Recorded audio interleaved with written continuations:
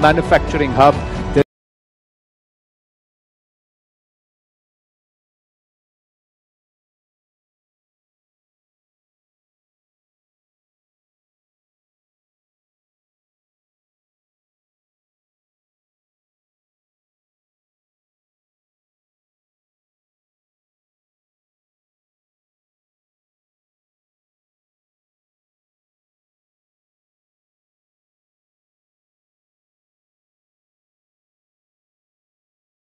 It's been, and I promise you it's going to get even more interesting.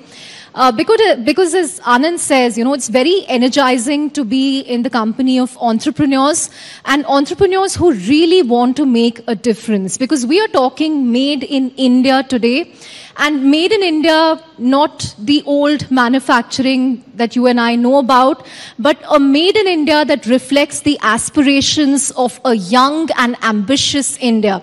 We're talking electric vehicles, we're talking smartwatches, we're talking rockets. Without further ado, I'd love to introduce my panelists. Please welcome on stage Aman Gupta, the co-founder and CMO of Boat, a very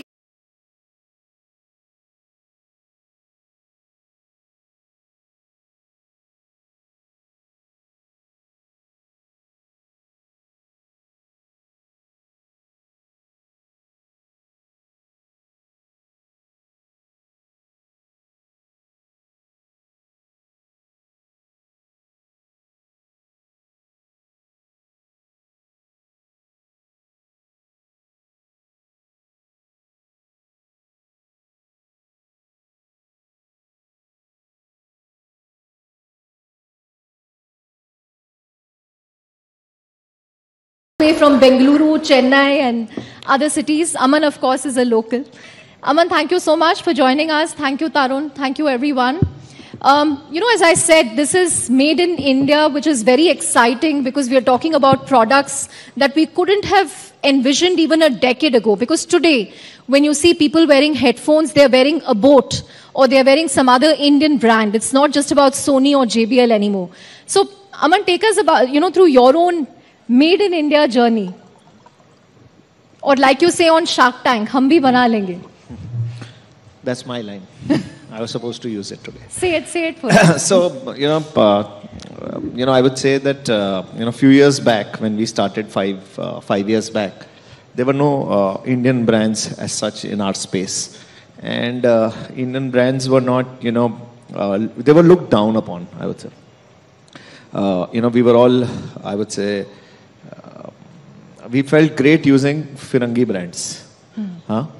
They were Japanese, they were Germans, they were American brands here. But people never thought that in our industry, Indian brands can still do something. And unfortunately, in the telecom side, Indian brands could not, do much when the Chinese came in. So people like us, brands like us, we were also looked down upon even before we started. I always say our death story was written before we were born.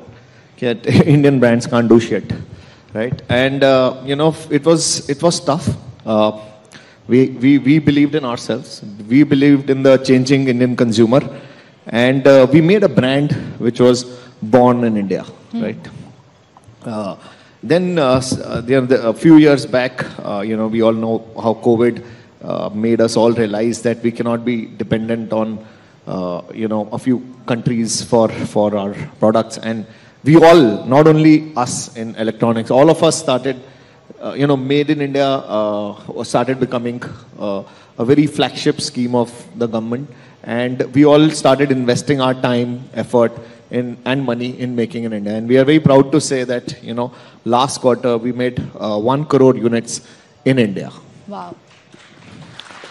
So, going back to our line, when people say you can't do it, there is an inner confidence which says, hum bhi bana lenge.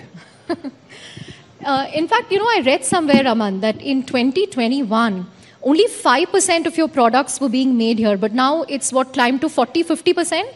Yeah, so it was, it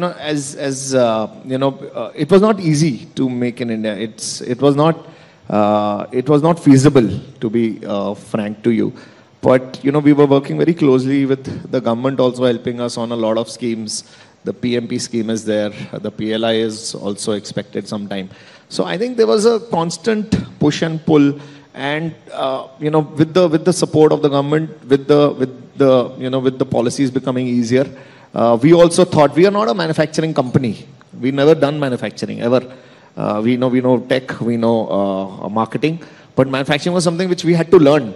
And imagine that in India there was no factory which had made audio products, because it was not something which was or a wearable product. It was not made in India. Nobody knew how to do it.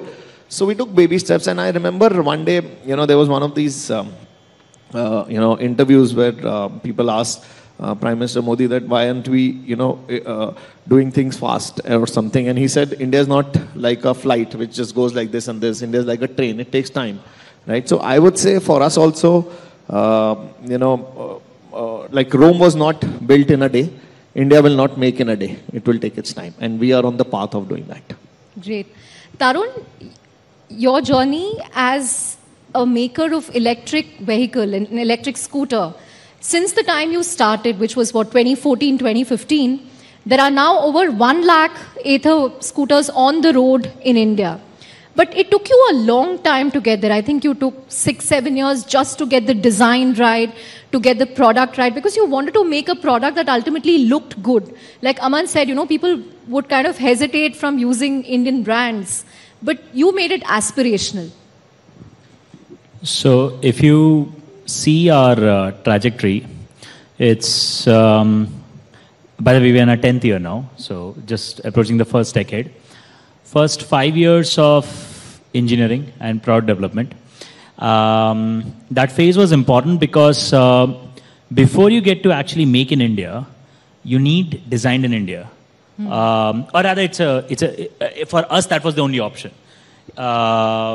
We couldn't get a design out of somewhere else because electric two-wheelers are a very fascinating place where globally there is no country with an evolved enough ecosystem of good electric scooters or motorbikes. Like none. China has a lot of them. They are all crap. Like they're all really crap by our standards. Indian standards, none of those vehicles make any sense. So we were at a very interesting place where if you want to build electric two-wheelers, you literally have no place to borrow from. So we had to build the platforms from scratch. We had to do all the engineering from scratch. I remember when we hired this testing lead from one of the legacy auto OEMs. He's like, we have no test protocols that work for an electric vehicle. And our team started writing the first protocols, to my knowledge, for scooters in India, electric scooters in India. And they had to write 2,000 of them. Like we conduct 2,000 tests per vehicle every time we move them to production. So 2,000 tests per vehicle.